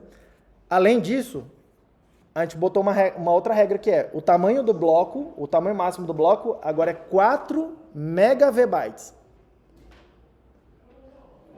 4 MV-bytes. Antes era 1 megabyte. Esse 1 megabyte continua valendo. Tá? Esse 1 megabyte continua valendo. Mas na prática, o que aconteceu? Eu tenho blocos maiores agora. Tipo, a média do tamanho dos blocos hoje é uns 2.2, por aí, megabytes. É o que tem acontecido. Tá? Então, na prática, a gente acabou aumentando também o tamanho do bloco nessa coisa. Todo mundo bem? Todo mundo ok? Por que eu estou mostrando isso para vocês? Porque na próxima tarefa que vocês vão fazer, vocês vão precisar procurar as transações que são de vocês. Aí, como é que você faz? Você precisa gerar suas chaves públicas para poder pesquisar elas aqui nas transações. Aí você vai precisar procurar a sua chave pública nas transações. E elas vão estar na witness, na blockchain que eu vou colocar para vocês. Só vai ter transação secret. Então você vai ter que ir lá escaneando, ver cada transação. Olhei uma transação. Vai ter coisas que são chaves públicas que vão estar lá nessas witness. Você vai lá e vê. Essa chave é uma das minhas? Se for, você guarda isso. Se não for, você só joga fora. Você vai precisar fazer isso para achar o seu dinheiro. Que é o que a tua wallet faz quando você importa suas chaves. Tá? Quando você importa sua chave na wallet, ela vai escanear a blockchain. Ela vai escanear de alguma forma essa blockchain e vai procurar. Cadê as transações que têm as minhas chaves? Então ela precisa saber as suas chaves. Tá? Professor, uma dúvida que eu fiquei. Uhum. Pode ser que você vai responder provavelmente isso depois. O Bitcoin não é uma coisa que está armazenada, ele é basicamente o saldo do que está na blockchain com relação àquela chave pública. Tipo, Qual é a os pergunta? bitcoins você tem é o saldozão. Isso. Como que a wallet, qual é o algoritmo que ele faz de busca? Porque a blockchain tem todas as transações. A blockchain tem todas as transações. Qual é o algoritmo que a wallet usa para buscar as suas? Exatamente. Ela olha todas as transações. Um a um, assim. Uma a uma, assim é. Então é ODN, o número de transações. É um pouco mais é ODN, em princípio, é ODN, mas ela é um pouco mais esperto que isso, tá? Porque a wallet normalmente vai se conectar em algum full node, e o full node tem a blockchain inteira, mas ele também indexa as transações em princípio, tá? E aí tem formas um pouco mais espertas de fazer essa indexação, de tal forma que é mais rápido encontrar informações nessa blockchain. Mas em algum momento, tem que acontecer, pegar o primeiro bloco, ver a primeira transação, a segunda transação, um por um, até o último bloco, pelo menos para poder criar esses índices. Entendeu? Isso acontece em algum momento. Por isso que às vezes você carrega a tua wallet e às vezes demora, se você tem muita transação espalhada em vários lugares, eventualmente demora para encontrar elas. Diga. Aquele valor que o senhor falou de satoshis por megabyte. Satoshi por V-byte aqui. Ele é um mínimo, porque você tinha falado antes que as transações que pagam mais, uma taxa maior, Isso. tem mais probabilidade de entrar no bloco. Isso aí. Essa é a taxa mínima para você entrar no bloco? Não. Isso aqui foi a taxa que essa transação pagou. Entendi. Tudo bem? Repare, como é que é a taxa de fato? É a diferença entre as saídas e as entradas. Aí deu, a taxa foi exatamente 1.062 satoshis. Foi isso que foi pago. Só que não é isso, é essa conta que o minerador otimiza. O minerador otimiza, ele tenta fazer um balanço entre quanto que alguém está me pagando e quanto que gasta de recursos para... É uma relação de custo-benefício que ele precisa calcular, não é só o input. Ele precisa saber também, tá, mas quanto que eu gasto para botar isso aqui na blockchain, no caso de espaço. Aí o que é esse fill rate? É a taxa da taxa, né? Por isso que não é boa, às vezes, português com umas traduções estranhas. Quanto que é a taxa da taxa? Nesse caso aqui, 1.062, que é o valor que essa transação está pagando, dividido pelo peso dela. Por isso que é satoshi por V-byte. Então, isso aqui, nesse caso, deu 6,35, e ela entrou nesse bloco assim. Mas, de novo, o minerador não precisa otimizar isso aqui, ele pode botar as transações que ele quiser. Mas, óbvio, você concorda comigo que você está gastando uma coisa no mundo físico, você está gastando um recurso no mundo físico, custa dinheiro. Dinheiro de verdade, tá? É máquina, é energia elétrica, é funcionário. Tem alguma coisa acontecendo aqui que tem que ser pago. Se você não está otimizando o fluxo de caixa do outro lado, que é otimizando a taxa, você está deixando dinheiro na mesa, você concorda? Você quer tentar receber o máximo possível. Você é obrigado a receber o máximo possível? Não. Você pode usar outro critério. Inclusive, eu posso, por exemplo, falar assim, como é teu nome mesmo? Vinícius, eu tenho uma transação aqui, ó, que não paga nenhuma taxa, é 0 satoshis aqui. Tudo que entra é o que sai, tá? Eu vou te dar ela, mas eu te pago $1 milhão por fora da blockchain aqui, ó. Eu te pago $1 milhão na tua conta bancária. Você bota pra mim num bloco? Tá entendendo? Essa taxa não precisa necessariamente ser paga aqui. Tudo bem? Lembra que isso aqui é sobre gente, não é sobre a tecnologia. Gente negocia. E isso aqui é parte da transação econômica. Isso aqui é uma metade da transação econômica. Lembra que é uma mensagem que vai e volta a um outro produto, né? A cenourinha volta. Lembra disso? Deixa aquela figurinha assim na sua cabeça. Tá? Isso quer dizer que tem um monte de coisa acontecendo fora da blockchain. A gente se comunicando e negociando também. Tá? Isso está certo? Está errado? Que seja. Vamos lá para a gente terminar aqui. Esconder informações. Tá? Próximo uso, e aí já começa a ser um pouco mais específico de Bitcoin e de sistemas parecidos. Tá? Essa é a ideia de prova de trabalho. Prova de trabalho a gente tem 2 esquemas básicos. Eu tenho um primeiro esquema que envolve uma interação, tá? Onde eu vou lá, requisito um certo serviço, aí o meu, entre aspas, provedor de serviço me dá um certo desafio, eu faço uma conta, provo para ele que eu fiz essa conta, entrego e ele me dá o serviço. Então precisa de interação, tá? No Bitcoin e nas cripto que eu conheço, eles são algoritmos não interativos. Como é que eu faço? Tem uma regra pré-estabelecida de o que vai ser essa prova de trabalho. Aí eu faço a conta sem perguntar para ninguém, que eu já sei a regra, faço a conta. Na hora que eu criei a prova, eu mando isso para o provedor de serviço. No caso, eu propago isso para a rede. Ok? Vamos lá. Como é que funciona isso aqui? Bom, bloco. A gente viu que a entrada de um hash gera um número que parece aleatório, certo? Gera um hash. Eu posso vir aqui, ó, o número está aqui embaixo. Eu posso vir aqui e interpretar isso como um número mesmo.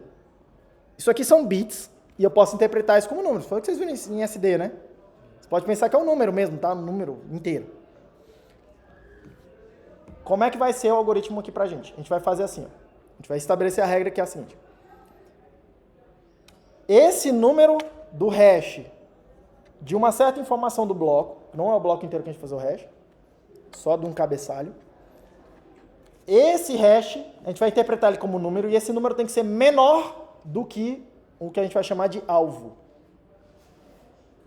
Um alvo de dificuldade na rede.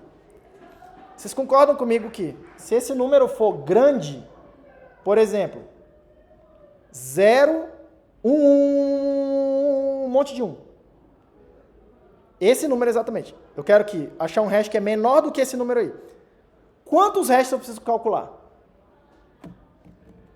Num hash de 256 bits. Quantos?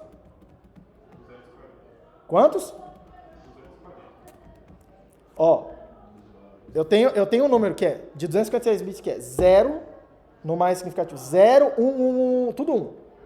Aí eu quero fazer um hash, calcular um hash de alguma coisa, de tal forma que o resultado, esse hash, seja menor do que esse número, 0, 1, 1, que é 7FFFFF. Quantos hashes eu preciso calcular? Na média, 2, não é? Por quê? Eu vou calcular 1. Aí a probabilidade do primeiro bit ser 0 é meio.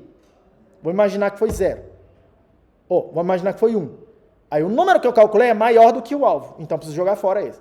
Aí eu calculo outro. A probabilidade do primeiro bit ser 0 é meio. Aí imagina que deu 0.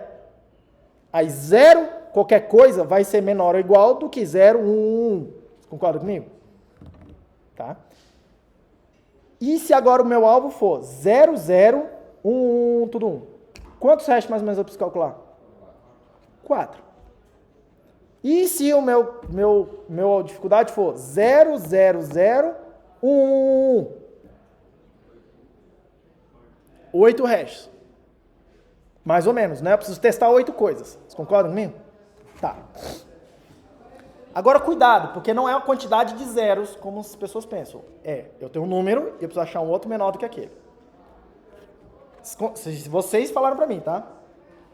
Se a dificuldade for 0, 0, 0, 1, 1, eu preciso de 8 hashes.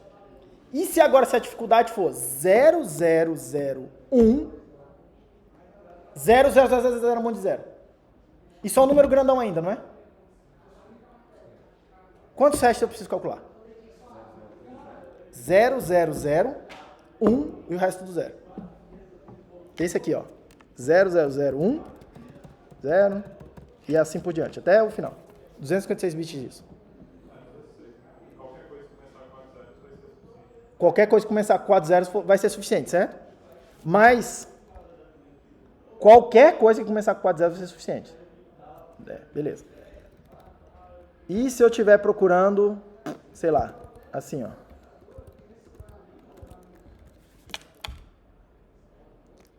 Vocês concordam que é mais de 8, né? É mais de 8. Mas é menos do que 16.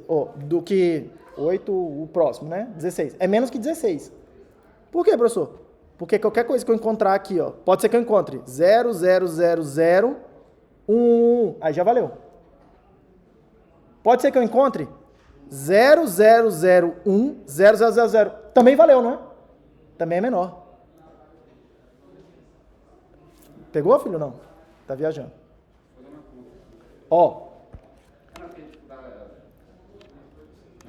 Calma, ó. Se o desafio é 0, 0, 0, 1, 1, 1, tudo 1. Não sei quanto dá, não. Então, mas agora você pegou, ó.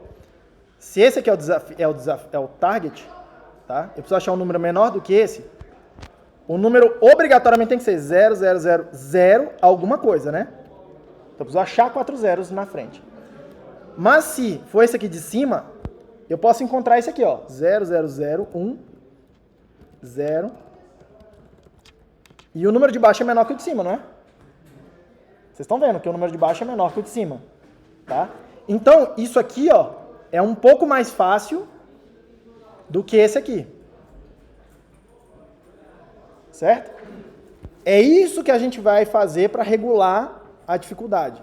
Tá? Não é a quantidade de zeros aqui na frente, que é o que vocês vão ler em todo lugar. Tantos zeros na frente. Não é tantos zeros na frente. Eu tenho um número, eu estou procurando outro menor. Tá? Vai envolver alguns zeros na frente? Vai envolver alguns zeros na frente. Mas não necessariamente é o número certo de zeros na frente. Tá? Beleza.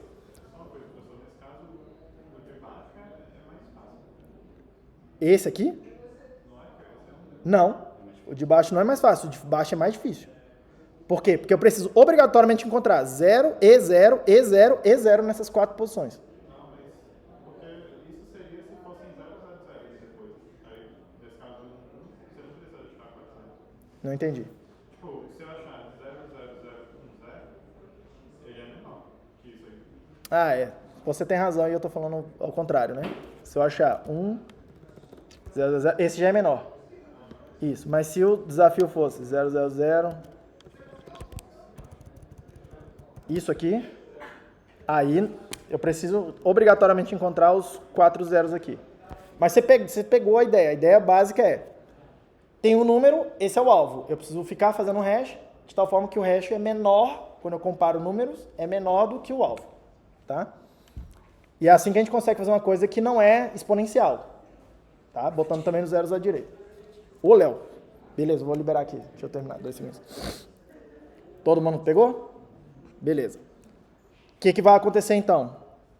Para produzir esse hash, em geral a gente vai ter algum certo número que eu vou ter uma liberdade para mexer